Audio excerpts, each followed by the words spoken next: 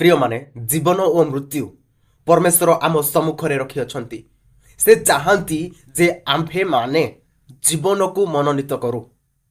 यही विषय को बुझिबा पाई मु आपण मानक एक एग्जांपल देउछि।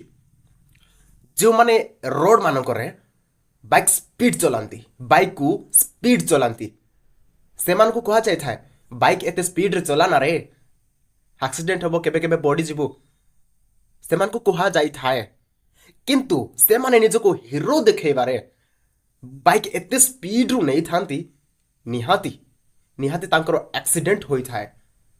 सही समय रे से माने कहंती जे भलो ही थांता, सही समय रे सही कथा को सुनी थांती, किंतु ना एबे आउ समय नाही।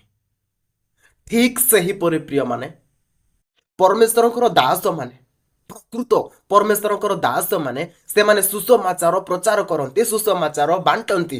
କାହିଁକି? ସେଥିପାଇଁ ପୁଣି ତାଡ଼ନା ସହନ୍ତି, କ୍ଲେଶ ସହନ୍ତି। କାହିଁକି? ସେମାନେ ଜାଣନ୍ତି ଯେ ଆମର କେବଳ ଜଣେ ମାତ୍ର ଉଦ୍ଧାରକର୍ତ୍ତା ଅଛନ୍ତି। ତାହାଙ୍କ ବିନା କେହି ନାହିଁ ଏହି ଦୁନିଆରେ ଯିଏକି ଆମକୁ ଉଦ୍ଧାର କରିପାରିବ।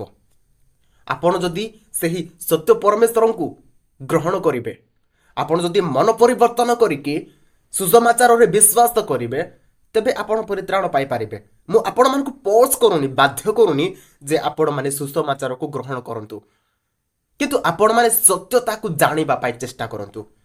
କାରଣ ପରମେଶ୍ୱରଙ୍କର ବାକ୍ୟ କୁହେ ତୁମ୍ଭେ ସତ୍ୟ ଜ୍ଞାତ ହେବ, ସେହି ସତ୍ୟ ତୁମ୍ଭମାନଙ୍କୁ ସ୍ୱତନ୍ତ୍ର ବା ମୁକ୍ତ କରିବ। ଆଶା କରେ ଆପଣମାନେ ଏହି ଛୋଟିଆ ମେସେଜଟିକୁ ବୁଝି ସାରିଛନ୍ତି। ଧନ୍ୟବାଦ। ଆମେନ୍।